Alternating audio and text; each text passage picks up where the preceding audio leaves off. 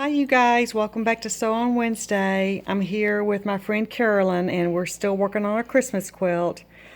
And she's going to show you a technique today on how to make these corners.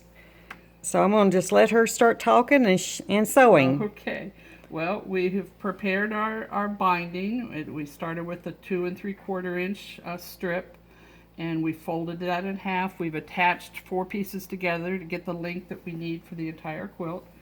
For this, we're going to start on the bottom of the quilt, and we're going to sew it onto the back of the quilt because we're going to machine stitch it down on the front.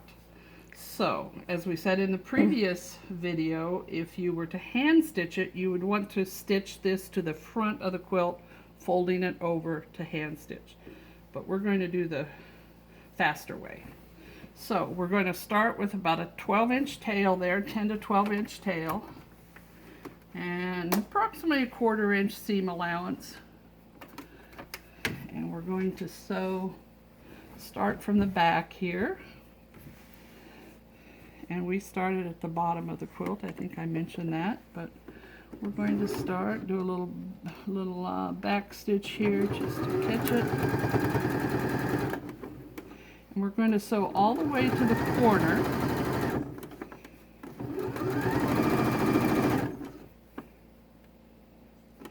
And we are going to be doing miter corners on this quilt.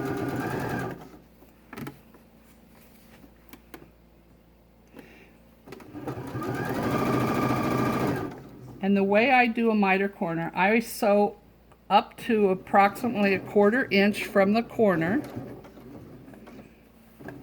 and then I back stitch. There are different techniques out there, and then I cut my threads. So what I've done is I've sewn approximately a 1/4 inch to the corner, and then here's maybe the little tricky part, but it's workable. You want to take your fabric and fold it up at an angle. And then with that held, and so you have it exactly at the edge there, you then fold it down. So what you end up having is the left side meets together. You don't want it to where it's at an angle. You don't want it like that. You don't want it too high up. You just want to be able to fold this. You fold this up, kind of finger press it there just slightly. You want to get it as even as possible, and then when you fold this back down, again, you want that left side to meet nicely. And so if you want to pop a pin in there, you certainly could. And then what we're going to do is start sewing right there. Again, using that 1/4 inch, we start at the edge. And we'll do a little back stitch just to make sure it catches it fine. I'm going to remove that pin.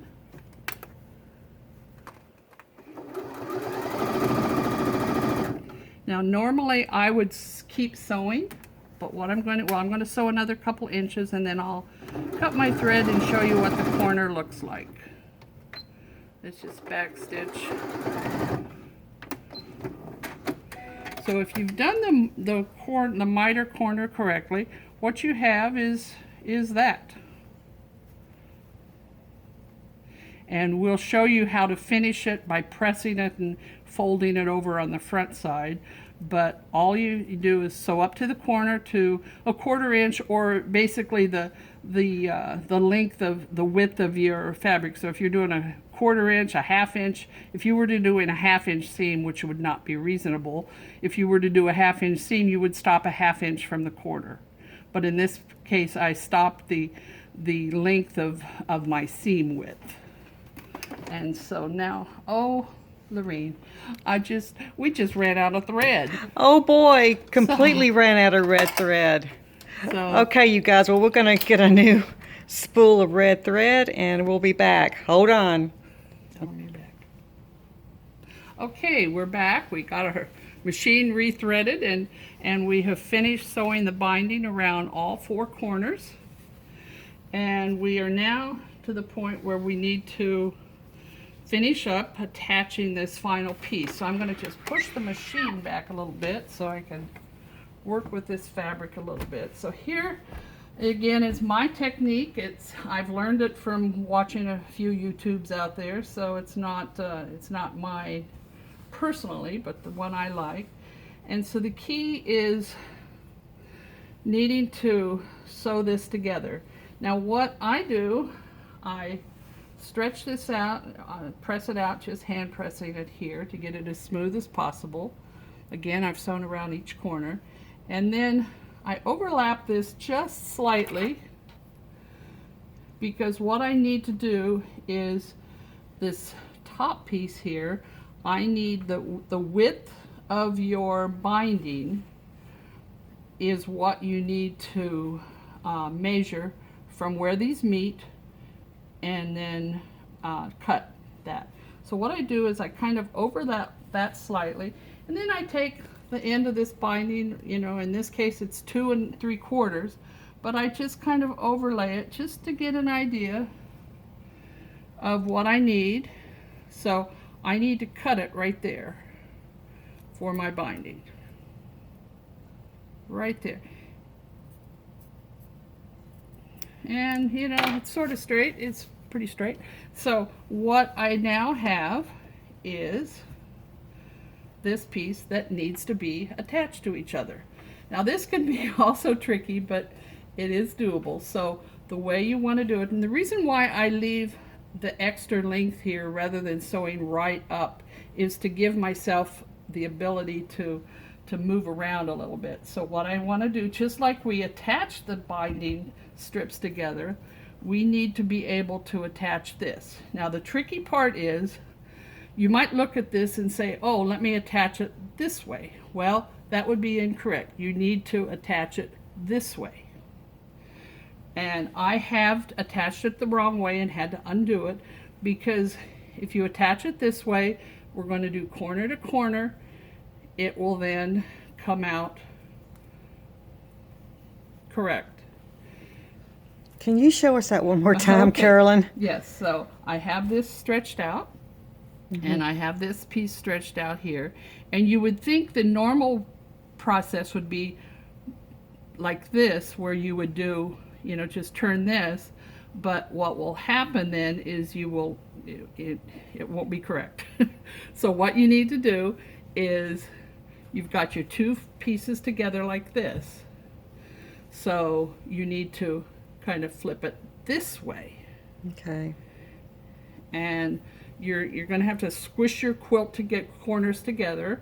So we are going to pin this. Let me grab a pin. And I'm not actually going to mark from corner to corner. I'm just going to sew it. I need to bring the sewing machine back into the picture here a little bit. But I'm going to, you have to kind of squish everything together.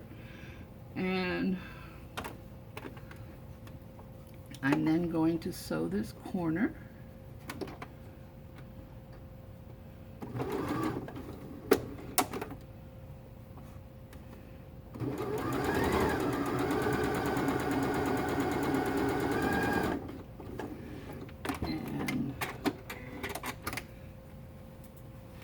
And before I cut it, I'm just going to, so I've sewn this together, but before I trim this off, I just want to make sure everything is good in case I have to re-stitch that for any reason.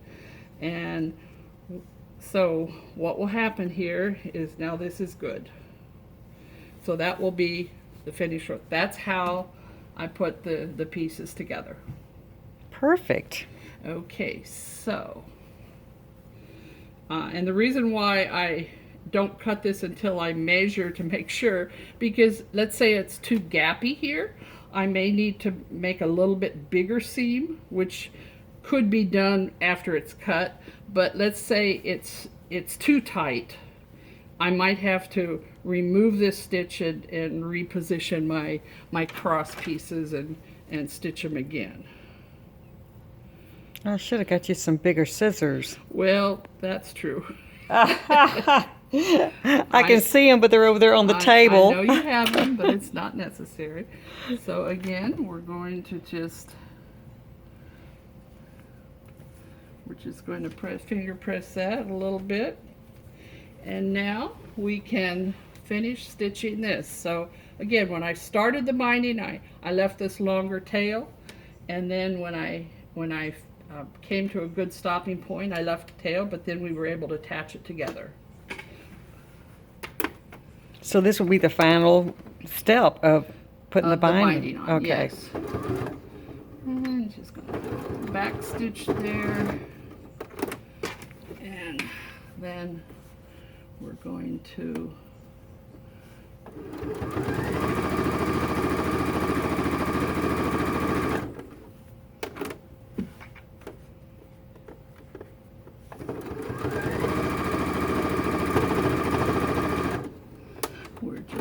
done, and then we can press the binding and show you how those miter corners fit together nicely.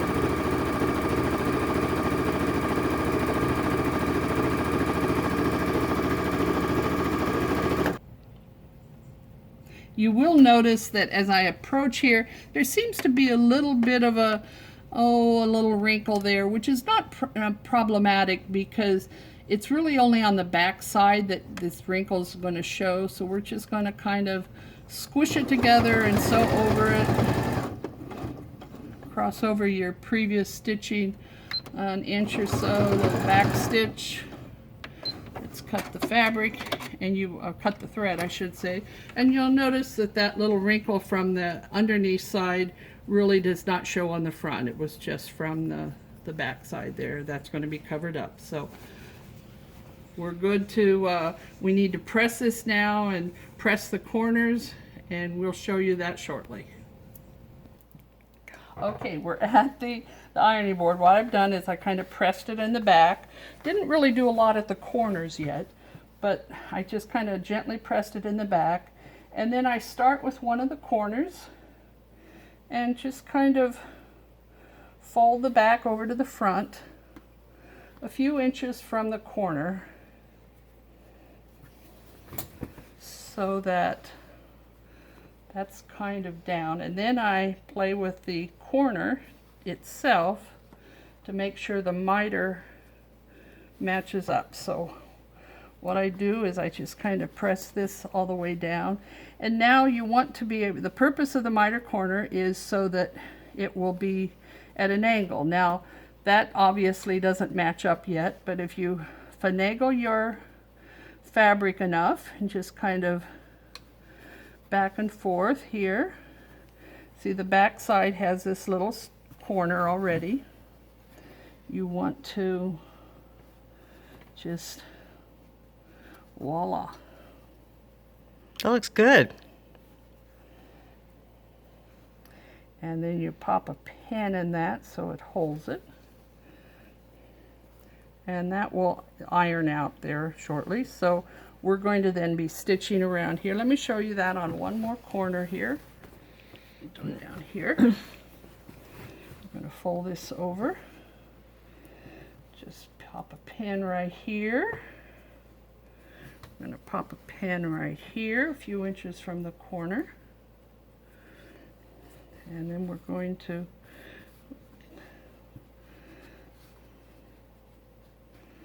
folding that over, and that's how you get your corner. And you want it to match up right there. Looks good. So are we going to the sewing machine? I have to get this all pinned? Yes, so go ahead and we'll take a break and we'll come back shortly. Okay, so what we've done, we started doing a little hem stitch here. It depends on your machine. It's going to be very hard to see, but if you'll look here on Lorraine's machine, we're using stitch 13. We adjusted the numbers up here as far as length, etc., and you would just have to test that. But we started stitching on one side and we're approaching the corner, that special miter corner. And so what I'm doing here is just approaching the corner, and this is a personal technique. You don't want to, you want to sew right to the corner. Of course, you don't want to go over your pin. But what I usually do is I just kind of remove my pin and then finagle this down a little bit. You do not have to sew to the corner, but depending on the stitch, I just repeat myself, come back and then turn the corner and start down the other side. So let me show you the little corner finishing part of it. If you could, well, not going to be able to see it yet, so let me stitch a few more stitches.